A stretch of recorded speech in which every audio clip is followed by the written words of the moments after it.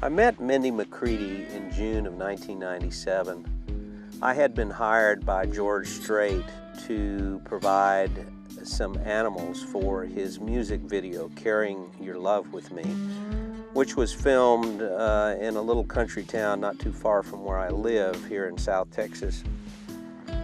And I didn't know that Mindy would be on set that day, and I didn't know that Dean Cain would be there. These are the kind of things when you go to these sets, you don't know who's going to show up. Mindy had been the opening act for George Strait on some of his concert tours, and they evidently were friends, and he was kind of helping her along. And of course, at that time she was dating Dean Cain, actually became engaged to him, and they were planning to be married. I think that relationship lasted about a year and broke off. Dean Cain did direct one of the great music videos that Mindy's in. You can go and see this video. It's called You'll Never Know, and it's filmed in Colorado where Dean was living at the time. The George Strait video, I had no idea they would be there, and as it turns out, they have a cameo. Dean Cain is riding a motorcycle with Mindy holding on behind him, and they're zooming down the road as they pass George Strait, who is walking along the road with this bag, which is kind of the premise of the video, is that he's on tour and he's got his beat up leather bag and he's wanting to be home. So this thing was being filmed, and it was a major production. They really, for these kinds of things, they really bring out all the top drawer equipment, and lots of people are on set, the camera people and the sound people and lighting people and all of that. What impressed me about the whole thing is that it was so smooth and so professional. And George Strait, if you have not had the opportunity to spend some time with him, he is absolutely everything nice everyone has ever said about him. He is just a top drawer talent, just a wonderful person, very accessible to the crew. He's not the kind of guy that hides out in his trailer. He sits in his director's chair and waits for the crew to get things ready, and he visits with people. And that's where I saw this guy that at the time I didn't know who he was until I really studied him. It was Dean Cain. At that time he was on the TV show Lois and Clark, and I thought, gee, this is interesting. And then a little bit later on, Mindy McCready, I don't know where she was there all day, but I think she spent a little more time in the trailer than a lot of the other people. But when she finally emerged, I mean, she was like a magnet. People were just all around her. At that time, she had already released the album, which is her biggest album, 10,000 Angels. I think that went double platinum. I think that was released in 1996. If I Don't Stay the Night, which was her second album, went gold, came out in 1997, but I believe that came out later in the year. So people knew her by 10,000 Angels. That was the stuff that was popular at the time. And believe me, they were all over her. It was very interesting to watch. And she seemed like she was extremely gregarious. She liked to be around people, and she would get up and wander different places, saying hello to people, talking to people, just kind of enjoying the moment. And she came over to the area where we were waiting to get set up to do one of the animal things. We had a snake that was supposed to slither across the road. We were set to do that. Of course, most movie sets are hurry up and wait. You get ready and you just wait until the director's ready for you, and then you do your thing. Anyway, Mindy came over, and naturally there's guys following her around, and she had a look at the snake and wanted to hold the snake, so we let her do that. And then, I'll never forget this, she looked up and she looked me right in the eye and she said, "I've been watching you. Will you take my picture?" And I said, "Of course." Now, the reason she said I've been watching you is she had seen me throughout the day, basically waiting to be called, but I always carry cameras with me, so I was taking pictures.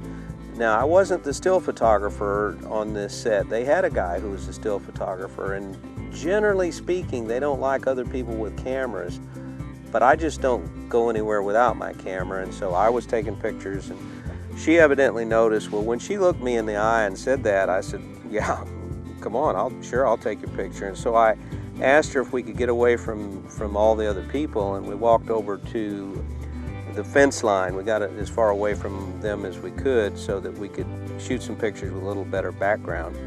And so she put the snake around her neck and posed. She really had an engaging look about her. Her eyes were green. I mean, she's typical Irish McCready, right? Green eyes, blonde hair, perfect teeth, beautiful voice, just incredible voice. And it was really great getting to meet her. And as a result of that, I kind of followed her career. You know, you don't meet a country western singer all the time. And I think she was 21 at the time, just at the top of her game. She had put out this great album, and everybody was, you know, raving about how great a singer she was. So anyway, I followed her career over the years, and it just was tragic. I mean, she even said later on, that it just seems like drama followed her everywhere.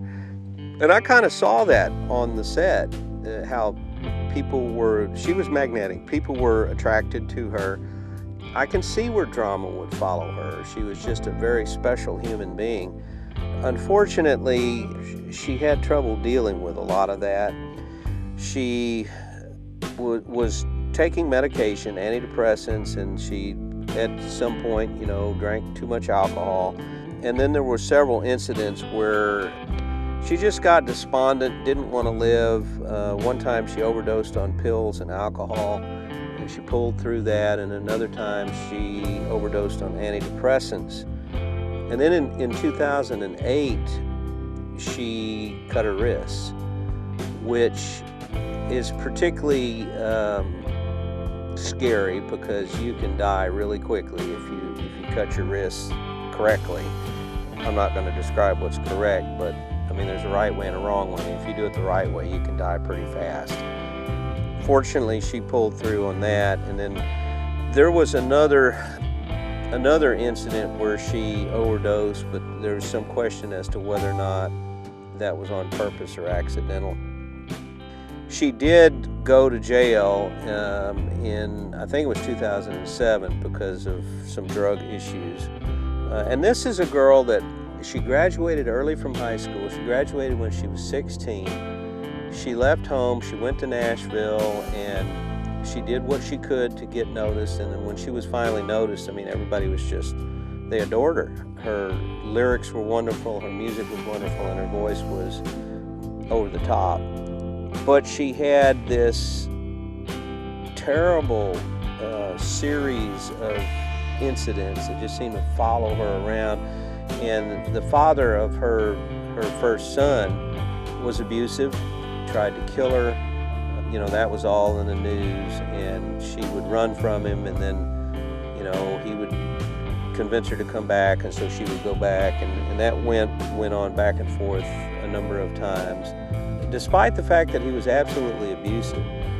Finally, she broke away from that, and there was an incident where she was trying to get custody of her son, and the courts, this was in Florida, the courts were messed up, and they were awarding the son to her mother, who Melinda said she said that her mother was abusive, would beat her son with a spoon, and there were scars on him. This is what she said, what she told the court.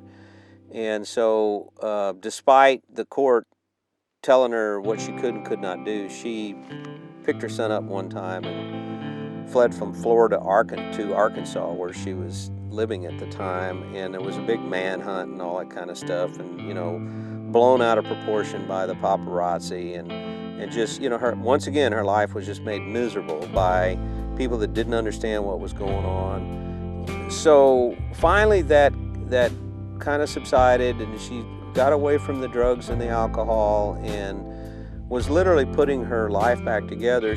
She had a new guy in her life, and it's not clear what happened, but in January of 2013, he committed suicide.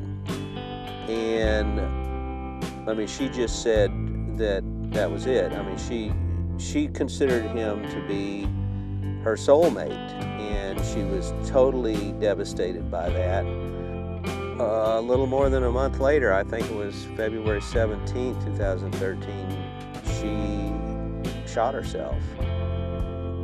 All those attempts at suicide were finally successful, which is what we always worry about. When I was in college, I worked on a program for a suicide hotline, and I did some research when I was studying psychology. I'm pretty sure I was in graduate school at the time, but it might have been before graduate school. I did research on suicide. Why do people commit suicide, and do people think about suicide, and so on and so forth. And because I was also studying journalism, I published that in our newspaper at the university. And boy, it made some people mad. I mean, there were people who wanted my head, who wanted me kicked out of the university because I published the results of this survey, this research that I did, and the establishment didn't like the idea that suicide was a real thing at that university. They didn't want to admit the reality that people do commit suicide. And I had a friend whose brother hung himself when I was in college. So, I mean, it gets really personal, and you feel it when you know somebody who is related to someone who commits suicide. And so it's always been something that bothers me a great deal when people feel that life is not worth living and they would rather die. And so, I mean, in many cases, what the person is saying is, I hurt so bad I don't know what to do. And so the psychologist in me says, okay, well, we can help you feel better or see this differently, but you got to give us a chance. If you just quietly in your home or bedroom or whatever take pills and fall asleep and die, I mean, there's nothing we can do to help you. And then it's really a tragic loss, because it's not worth dying. It's better to try to solve the issue, whatever it may be. And sometimes it's very complicated and it's very deep, and it goes back a long ways. And people that attempt suicide again and again will tell you that hey, suicide seems like the easy way out. It seems like the solution. And of course, we all know, for those who are left behind, that it's not. I mean, it's really horrible. So when Mindy finally killed herself, I mean, it affected me personally, because I knew of some of the stuff that had gone on in her life. I mean, I didn't have any input. Wish I had of, because I'd have talked her out of it. And that's probably true of many people who were around her who could say, hey, Mindy, let's go do this or that or whatever, and just don't do this. But if you don't have a way to do that, then you just read it in the news, and it really knocks you down. I mean, I got to say that, having known several people who committed suicide, I mean, it hits you like a freight train. It's because you say, well, isn't there something I could have done to make this different? And I hope that these incidents are forgiven. That, okay, so it was the wrong thing to do, and it happened, and let's not punish that soul for eternally for that. I mean, and I believe that our soul does go on. We do live, and I hope that there's mercy for people that commit suicide, because a lot of times they're in a situation where they just don't see a way out. This is kind of a tribute to Melinda. Her name was Melinda Gail McCready. Everybody knows her by Mindy. Of course, her music will live on and her memory will live on. And that few photos that I took of her, I'm putting it on the internet now after all these years, just to say, hey, this was a sweet girl. She really was. Yeah, she had her demons. Yeah, she had some things she was fighting, but she was a very, very sweet girl.